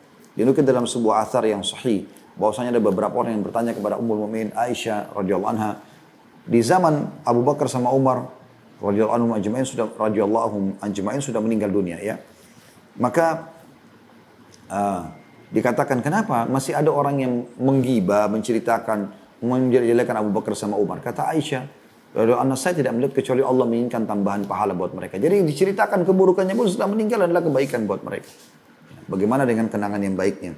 Lalu Allah mengatakan di ayat itu ayat 7, ayat 8-nya, jazaohum inda rabbihim jannatu adnin tajri min tahtil anharu khalidina fiha abada radhiyallahu anhum wa radu'an dzalika liman khasyya rabbah. Yang artinya jalasan bagi mereka adalah surga-surga ya. Aden dinamakan dengan surga, ini salah satu nama surga yang di bawahnya mengalir sungai-sungai yang akan kekal di dalamnya selama-lamanya. Allah ridho kepada mereka dan mereka pun ridho kepada Allah. Itulah bagi orang yang tunduk dan takut kepada Tuhannya. Yang kesembilan, mereka akan mendapatkan pahala yang terus-menerus mengalir. Allah Subhanahu wa taala mudahkan bagi orang-orang saleh ya dan salihah, Allah akan nukil kebaikan-kebaikan mereka untuk menjadi contoh bagi orang yang lain. Ya, bukankah sekarang banyak buku-buku yang terbit ya, yang orangnya sudah meninggal ratusan tahun yang lalu? Bukankah sampai sekarang kita masih banyak mengenang penyampaian dan perbuatan-perbuatan para sahabat Nabi, para tabi'in, para tabi'in. Sekian ratus tahun teman-teman masih bertahan. Allah SWT jadikan itu sebagai amal soleh buat mereka. Begitu kalau orang-orang soleh disilakan dengan ajrun gairu mamnun. Allah sebutkan dalam surah Fussilat, surah nomor 41 ayat 8. A'udzu billahi minasyaitonir rajim. Surah Fussilat surah nomor 41 ayat 8. Innal ladzina amanu wa 'amilus solihati lahum ajrun gairu mamnun. Sesungguhnya orang-orang yang beriman dan beramal saleh, mereka akan memiliki pahala yang tidak pernah terputus-putus. Ya. Yang ke-10, mereka akan diberikan rezeki yang luas. Dan rezeki ini bukan hanya sekedar duit, jangan selalu pikirannya rezeki adalah duit. Tapi apapun yang bisa membuat roda kehidupan kita berjalan, rezeki. Ya. Makanya kata Nabi SAW, siapa yang tiba di pagi hari, dia memiliki, dia aman di tempat tinggalnya, di rumahnya, di kos-kosannya, di kontrakannya, di negaranya, sehat badannya, dia memiliki makanan yang bisa mencukupi untuk hari itu, maka seakan-akan dunia telah datang semua padanya. Allah SWT menjanjikan dalam surah Al-Hajj ayat 22, surah nomor 22 ayat 50. Tadi sudah kita bacakan ayat ini, tapi ada saksi bahasan di akhirnya berhubungan dengan rezeki. Yang bunyinya a'udzubillahi minasyaitonir falladzina amanu wa 'amilus solihati lahum maghfiratun wa rizqun karim. Orang yang beriman dan orang-orang yang beriman dan beramal soleh, Allah akan berikan pengampunan dosa dan rezeki yang karim. Karim itu mulia, sumbernya bagus, ya. Juga rezeki itu bagus, gitu. Memuaskan. Juga Allah sebutkan di dalam surah An-Nur, surah nomor 24, ayat 37 sampai 38.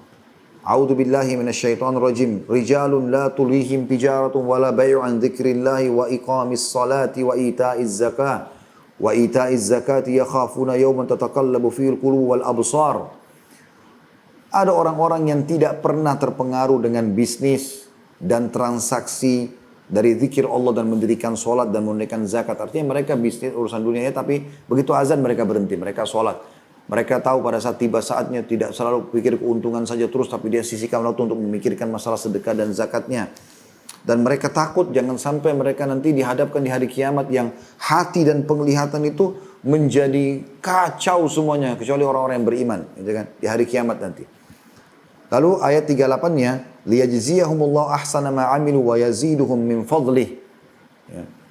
Agar Allah membalas mereka lebih baik daripada apa yang mereka lakukan, dan Allah akan menambahkan dari karunia-Nya rezeki. Wallahu yarzuqu may yasha'u bighairi hisab. Dan Allah memberikan rezeki kepada siapapun tanpa ada perhitungan lagi. Anda berkorban sedikit di jalan Allah, Allah akan berikan Anda rezeki yang melimpah luar biasa. Ini tentu bahasanya panjang kalau mau disebutkan dalilnya. Yang ke-11 yang didapatkan adalah mereka akan mendapatkan atau diangkat rasa takut dan rasa sedih dari hidup mereka. Enggak ada lagi kesusahan hidup bagi mereka. Allah SWT akan angkat. Karena kalaupun cobaan datang, Allah akan berikan mereka kesabaran. Mereka bisa lalui dan mereka menikmatinya. Ya. Allah menyebutkan di dalam surah Al-Ma'idah, surah nomor 5 ayat 69. Ini potongan ayat ya. Yang bunyinya, a'udzubillahi minasyaitonir Al-Ma'idah, surah nomor 5 ayat 69. Man amana billahi wal yawmil akhir wa amila shalihan fala khaufun 'alaihim wa lahum yahzanun. Siapa yang beriman kepada Allah dan hari akhir, lalu beramal saleh, Ya, tentu berarti predikatnya menjadi orang soleh laki-laki dan soleh perempuan. Maka tidak ada rasa takut bagi mereka dan tidak ada kesedihan. Subhanallah, biar hidupnya sederhana, biar hidupnya susah, tapi selalu tentram, bahagia. Ya. Beda dengan orang yang penuh dengan segala macam materi dunia, tapi hidupnya tidak tentram. Saya pernah duduk dengan orang luar biasa jabatannya, bahkan turunan raja. Ya. Kami semua makan, dihidangkan makanan yang sangat mewah, dia sendiri duduk dengan satu mangkuk cuma sayur biasa saja. Karena nggak bisa makan. Kemungkinan ada larangan-larangan dari medis ataupun ada penyakit yang tidak membolehkan dia untuk itu. Subhanallah. Bukan berarti beliau buruk ya, tapi bisa saja Allah Subhanahu wa taala memperlihatkan bagaimana sebenarnya ya orang-orang Allah Subhanahu wa taala angkat rasa sedih dan rasa takut mereka karena mereka beriman saja ya. Dengan memberikan nikmat yang sangat besar. Karena banyak orang yang kaya raya tapi karena dari sumber haram mereka nggak bisa makan. Mereka nggak bisa nikmati itu. Begitu juga Allah sebutkan dalam surah Thaha, surah nomor 20 ayat 112. A'udzu billahi minasyaitonir rajim. Wa may ya'mal minas solihati wa huwa mu'minun fala yakhafu dhulman wala hadma. Barang siapa yang beriman, barang siapa yang mengerjakan amal saleh dan dia beriman, maka dia tidak perlu takut terhadap kezaliman dan juga kekurangan haknya. Allah akan penuhi semuanya. Kemudian yang ke-12, dia akan selamat dari kerugian. Nah, kalau tadi ada keberuntungan, tuba ya. Tapi ini itu beruntung, dia dapat keberuntungan. Tapi di sini selamat dari kerugian, artinya bisa saja dia tadinya akan kecelakaan tapi dia selamat misalnya. Selamat dari kerugian. Ya, dari penipuan dan segala macam. Allah sebutkan surah yang sudah kita hafal sama-sama, surah Al-Asr. Surah nomor 113 dalam Al-Quran. Surah yang sangat masyhur ya. A'udzubillahi minasyaitonir wal asr. Demi waktu, maksudnya demi waktu Allah bersumpah waktu kalian di dunia. Innal insana lafi khusr. Semua manusia sungguh dalam keadaan rugi. Tertipu dan segala macam hal. Lalu Allah mengatakan apa? Illal ladzina amanu wa amilus solihat. Kecuali orang yang beriman dan beramal saleh. Wa tawasaw bil haqqi. Saling mewasiatkan kebenaran ini. Wa tawasaw bis sabr. Saling mewasiatkan agar bersabar di atas agama Allah subhanahu wa ta'ala. Ya. Yang ke-13. Kita dianjurkan untuk menikah dengan orang-orang saleh dan salehah. Dan juga menikahkan mereka. Allah menjelaskan dalam surah An-Nur, surah nomor 24 ayat 32. Tentu karena kedudukan mereka di sisi Allah, maka kita dianjurkan untuk melangsungkan pernikahan dengan mereka. Bahkan kita dahulukan mereka. Ya. Dalam surah An-Nur, surah nomor 24 ayat 32 yang bunyinya A'udzubillahi minasyaitonirrajim. Wa ankihul ayama minkum was-salihina min ibadikum wa imaikum iyakunu fuqara yughnihimullahu min fadli wallahu wasi'un alim. Dan menikahlah atau nikahkanlah orang-orang yang sendiri di antara kalian dan orang-orang soleh dari hamba-hamba kalian laki-laki dan perempuan. Hamba sahaya pun disuruh nikahkan. Kalau mereka miskin maka Allah akan memberikan mereka kekayaan. Karena pernikahan itu dikaruniai dan Allah maha luas dan maha mengetahui. Kemudian selanjutnya yang ke-14. Bagaimana dijanjikan oleh Allah subhanahu atau Allah subhanahu wa ta'ala memerintahkan kita agar mencari keturunan yang saleh. Ya. Jadi bukan keturunan yang sembarangan. Dan ini berarti menandakan kesolehan itu adalah sesuatu yang sangat baik. Ya, supaya mereka nanti menjadi amal jariah buat kita anak-anak ini. Supaya mereka bisa ya, mendoakan kita pada saat kita sudah meninggal dunia. Ataupun kita masa hidup. Allah SWT mengajarkan kita untuk mengucapkan dalam surah Shaffat, surah nomor 37 ayat 100. Rabbi habli minas salihin. Ya Allah karuniakanlah aku keturunan dari orang-orang yang saleh. Juga jangan lupa doa ini ya dalam surah Al-Ahqaq surah nomor 46 ayat 15. Ini doa penting sekali. Ya, di antara potongan ayatnya dalam surah Al-Ahqaq itu di tengah-tengah ayatnya kita ambil saksi bahasanya Rabbi auzi'ni an ashkura ni'mataka allati an'amta 'alayya. Wahai mudah ya Allah Tuhankanlah aku, wahai penciptaku mudahkanlah aku untuk selalu bersyukur atas nikmat yang Kau limpahkan kepadaku wa ala walidayya dan kepada kedua orang tuaku an a'mala salihan tardah. Wa an a'mala salihan tardan agar aku selalu berbuat kesolehan yang Kau ridhai wa aslih li fi dzurriyyati dan perbaikilah keturunanku agar mereka pun menjadi orang-orang yang baik, saleh gitu kan. Inni tubtu ilaika wa inni minal muslimin, aku tobat kepadamu dan aku termasuk orang-orang yang menyerahkan diri. Yang ke-15 teman-teman sekalian, mereka akan masuk ke dalam surga Allah Subhanahu wa taala dan ini hal yang luar biasa gitu. Bagaimana Allah Subhanahu wa taala karuniakan surganya. Ya. Allah berfirman dan ini adalah target tertinggi bagi orang beriman tentunya. Banyak sekali ayat berhubungan dengan ini. Tapi saya akan pilih beberapa. Surah Al-Baqarah, surah nomor 2 ayat 82. A'udzu billahi minasyaitonir rajim walladzina amanu wa amilus solihati ulaika ashabul jannah. Al-ayat. Orang-orang yang beriman dan beramal saleh mereka adalah penghuni surga, kata Allah SWT. Penghuni surga.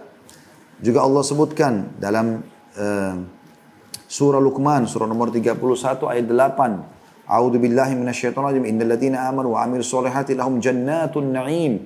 Sesungguhnya orang yang beriman dan beramal saleh mereka akan mendapatkan surga, surga na'im. Ya. Juga dalam surah Sajadah, surah nomor 32 ayat 19 yang bunyinya a'udzu billahi minasyaitonir rajim ammal ladzina amanu wa amilus solihati falahum jannatul ma'wa. Orang-orang yang beriman dan beramal saleh mereka akan mendapatkan surga-surga yang tinggi, yang mulia. Dalam surah An-Nisa, surah nomor 4 ayat 57 juga diulangi di ayat 122. Ini mirip ayatnya. A'udzubillahi minasyaitonir walladzina amanu wa amilus solihati sanudkhiluhum jannat. Dan orang yang beriman dan beramal saleh kami pasti akan masukkan mereka ke dalam surga-surga. Dan sekian banyak ayat-ayat tentang masalah surga ini. Yang ke-16, mereka akan mendapatkan derajat-derajat yang tinggi. Ini derajat di dunia, derajat juga di akhirat. Di surga pun mereka akan sangat tinggi derajatnya. Jadi Allah SWT berikan mereka kedudukan yang tinggi. Dalam surah Toha surah nomor 20 ayat 75 sampai 76 yang berbunyi a'udzubillahi minasyaitonir rajim may ya'ti mu'minan qad amilas solihati faulaika lahumud darajatul ula. Siapa yang nanti bertemu dengan Allah di hari kiamat dalam kondisi mereka beriman dan beramal soleh maka mereka akan mendapatkan derajat-derajat yang tinggi. Ayat 76-nya jannatu adnin tajri min tahtil anharul khalidina fiha wa dzalika jazaa'u man tazakka. Mereka akan masuk ke surga-surga Aden yang di bawahnya mengalir sungai-sungai dan mereka kekal dalamnya. Itulah balasan bagi orang yang mensucikan diri. Kemudian yang terakhir teman-teman sekalian, mohon maaf saya tidak bisa lanjutkan lebih lama karena waktu asar sudah masuk ya di kota Makassar tentunya. Yang terakhir yang ke 17 ya kurang lebih mereka akan mendapatkan atau mereka akan dikaruniai melihat Tuhannya yang Maha Kuasa. Dan ini hanya didapatkan oleh orang-orang saleh dan saleha yang masuk dalam surga Firdaus, ya, surganya Allah SWT. Yang kata Allah Subhanahu wa taala dalam surah Al-Kahfi surah nomor 18 ayat 110. A'udzu billahi minasyaitonir rajim faman kana yarju liqa'a rabbih falyamal amalan shalihan wa la yusyrik bi ibadati rabbih ahada. Barang siapa ingin bertemu dengan Tuhannya, melihat Tuhannya nanti. Kita tidak bisa lihat Tuhan Allah SWT di dunia, tapi di surga nanti kita akan lihat ahli neraka tidak akan melihat Allah SWT karena ini nikmat terbesar di surga. Siapa yang ingin melihat bertemu dengan Tuhannya maka dia harus beramal saleh dan dia tidak menyekutukan dalam ibadah satupun dengan Tuhannya. Dan kata Nabi SAW nanti ahli surga akan dikumpulkan oleh Allah Subhanahu Wa Taala di mana mereka akan ditanya oleh Allah SWT dalam hadis Bukhari, apakah kalian masih menginginkan sesuatu lagi? Maka mereka mengatakan nikmat apa lagi Allah selalu kau selamatkan kami dari neraka dan kau masukkan kami ke dalam surga. Maka kata Nabi SAW, Allah pun mengangkat hijabnya sehingga pertama kali mereka melihat Allah SWT dan mereka mengatakan tidak ada nikmat yang mengalahkan melihat wajahmu yang mulia. Dan ini nikmat terbesar bagaimana seseorang bisa melihat Tuhannya Allah SWT. Semua istana, dayang-dayang, dipan-dipan, semua terlupakan ya dengan melihat wajah Allah Subhanahu Wa Taala. Dan ini nikmat orang yang menjadi orang saleh. Di dunia mereka mendapatkan yang terbaik, di akhirat pun mereka dapatkan yang terbaik. Semoga Allah jadikan kita termasuk orang-orang yang saleh ini tentunya. Allahu a'lam.